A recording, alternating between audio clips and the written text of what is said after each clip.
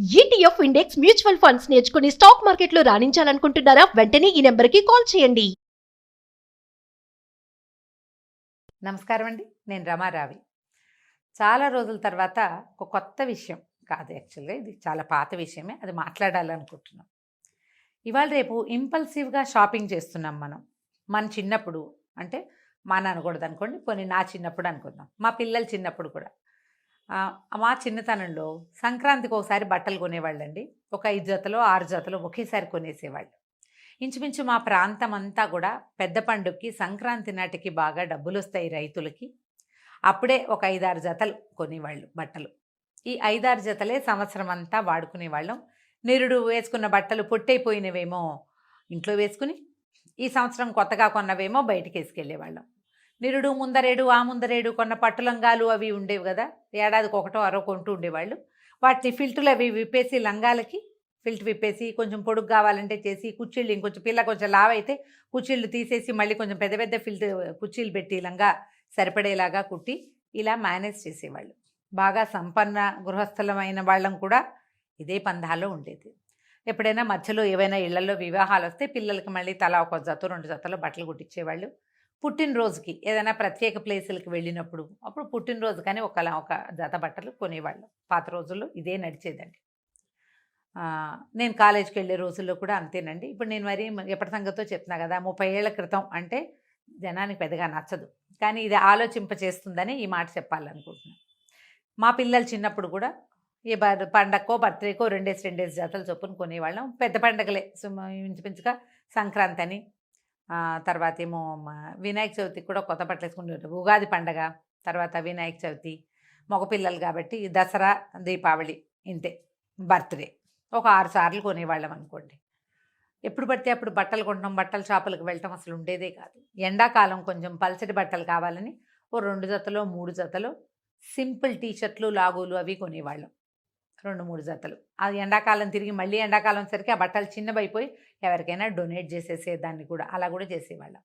ఇప్పుడు మనం ఎప్పుడు పడితే అప్పుడు బట్టలు కొనేసుకుంటున్నామండి. ఎంతసేపు బట్టలే, ఎన్ని రకాల బట్టలు, చీరలు. ఇప్పుడు నేను చేసిన వెధవ పని కూడా ఒకటి చెప్పాలి.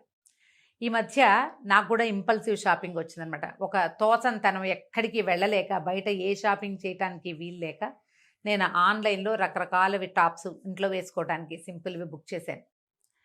కొన్ని పెద్దవి, కొన్ని చిన్నవి, భుజాల దగ్గర పట్టుకుని, పొట్ట దగ్గర పట్టుకుని, వీపు దగ్గర పట్టుకుని, వీటిని మళ్ళీ రిటర్న్ చేసి, సరిగ్గా రిటర్న్ పాలసీ అర్థమై చావక మళ్ళీ అదే పీసు వెనక్కి వచ్చి, ఇవి తీసేసుకున్నాం కదా అని ఏమిటో బిల్లులు చింపేసి, లేకపోతే ఆ స్టిప్పులు పీకేసి మళ్ళీ ఎవరికో ఇచ్చేసి, ఏమిటో ఎంత డబ్బు వృధా అయిపోయిందో. ఏమిటి ఇలా ఇంపల్సివ్గా చేస్తున్నానని మానేశాను. నేను చేశాను కానీ మానేశాను. ఒక్క నెలే నేను చేసింది. బీరువా దగ్గర లేదా అల్మర్ దగ్గర నిలబడి బట్టలన్నీ తీస్తే ఒక సంవత్సరంగా కట్టుకొనివి ఎన్ని చీరలు ఉంటాయో మన దగ్గర, ఎన్ని డ్రెస్సులు ఉంటాయో. ముందరేడాది ఎవరిదో పెళ్ళికి అప్పటికప్పుడు కావాలని పెద్ద ఫ్రాక్ కొనుక్కుంటారు పిల్లలు, ఆ పెళ్ళికి వేసుకుంటారు.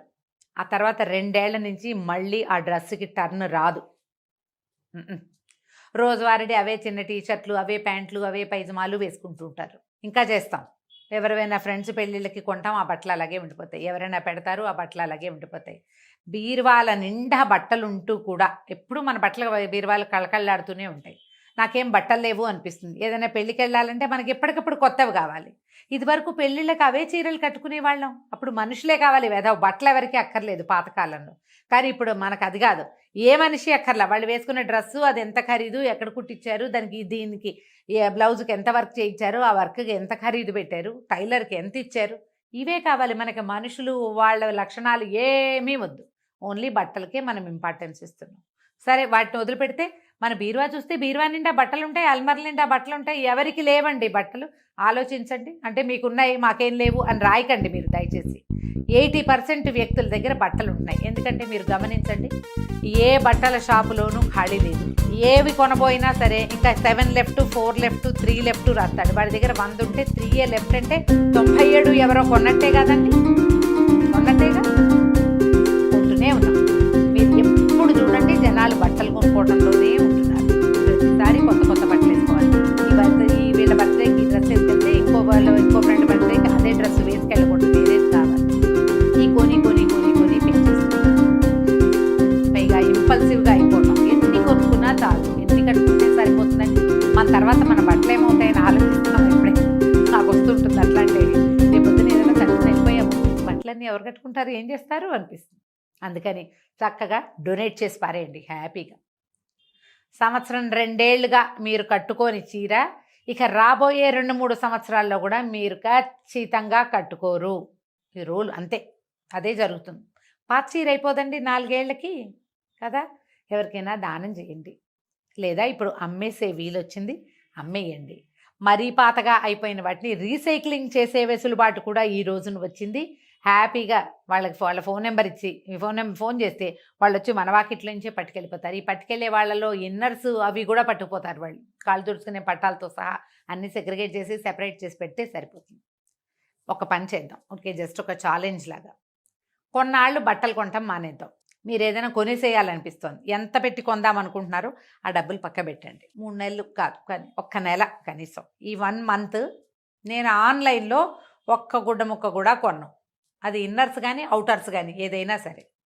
ఏ ఫ్రెండ్తో బజార్ వెళ్ళినా నేనేం కొనకూడదు, నేను ఎప్పుడో చేసామండి విండో షాపింగ్ వీడియో, వీలైతే ఒకసారి చూడండి.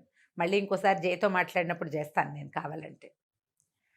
ఏమీ కొనకుండా మీరు ఎంత డబ్బులు బచాయిస్తున్నారో, ఎంత టైం సేవ్ చేస్తున్నారో మనకు తెలుస్తుంది. ఇది పక్కన పెట్టిన డబ్బులు ఉన్నాయి కదా, ఒకవేళ పెడితే మీరు నా మాట విని చక్కగా వాటితో ట్రిప్ వెళ్ళండి. ఎంత హాయిగా ఉంటుందోనండి, ఎంత మనసు నిండిపోతుందో, ఎంత సంతోషంగా ఉంటుందో, జీవితంలో ఎంత చేంజ్ వస్తుందో.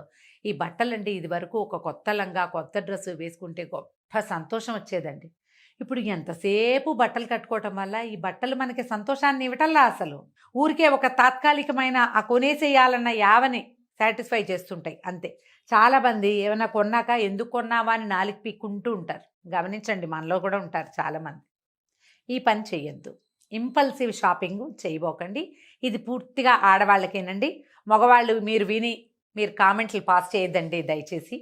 ఓన్లీ ఫర్ లేడీస్, అది కూడా కొంచెం పెద్దవాళ్ళకే చెప్తున్నాను నేను. ఇది మీరు చేయరా, మీరు చేస్తారంటే నేను కూడా ఓత్ తీసుకున్నానండి. నేను ఖచ్చితంగా సావిత్రికి వెళ్ళి ఏదైనా ప్రత్యేకమైన సందర్భంలో శ్రావణ మాసానికి చీర, దీపావళికి చీర, దసరాకి చీర తప్ప ఇంకా ఏమీ కొనకూడదు అని ఆల్రెడీ ఒట్టేసుకుని ఉన్నాను.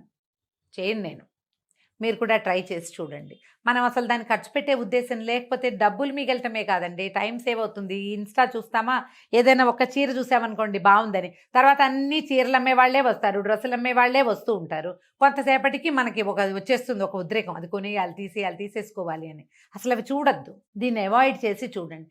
దీనివల్ల మీకు సెల్ఫ్ కంట్రోల్ ఖచ్చితంగా వస్తుందండి. పుణ్యము పురుషార్థము అని 2 పాయింట్లు ఉంటాయి. ఈ పుణ్య పురుషార్థాలు మనకి ఎలా వస్తాయి? బట్టలు కొంటాం మానేస్తే పుణ్యం పురుషార్థం వస్తుందండి రమగారు అంటారు. ఖచ్చితంగా వస్తుంది.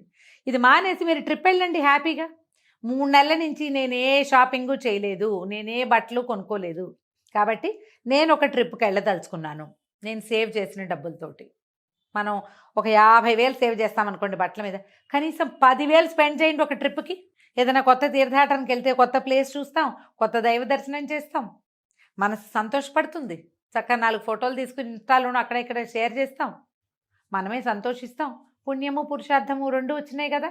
ఆలోచించండి, ఇంపల్సివ్ షాపింగ్ చెయ్యొద్దు. ఇప్పుడు ఫంక్షన్ ఉంది, పెళ్ళుంది, పేరెంట్ ఉంది, కొనుక్కుందాం, ఏమీ లేదు, మానేద్దాం. ఇది ఆలోచించండి. ఇది ఆలోచింపచేసే వీడియో అని నేను ఖచ్చితంగా నమ్ముతున్నానండి. చూద్దాం మరి మీరేమంటారు.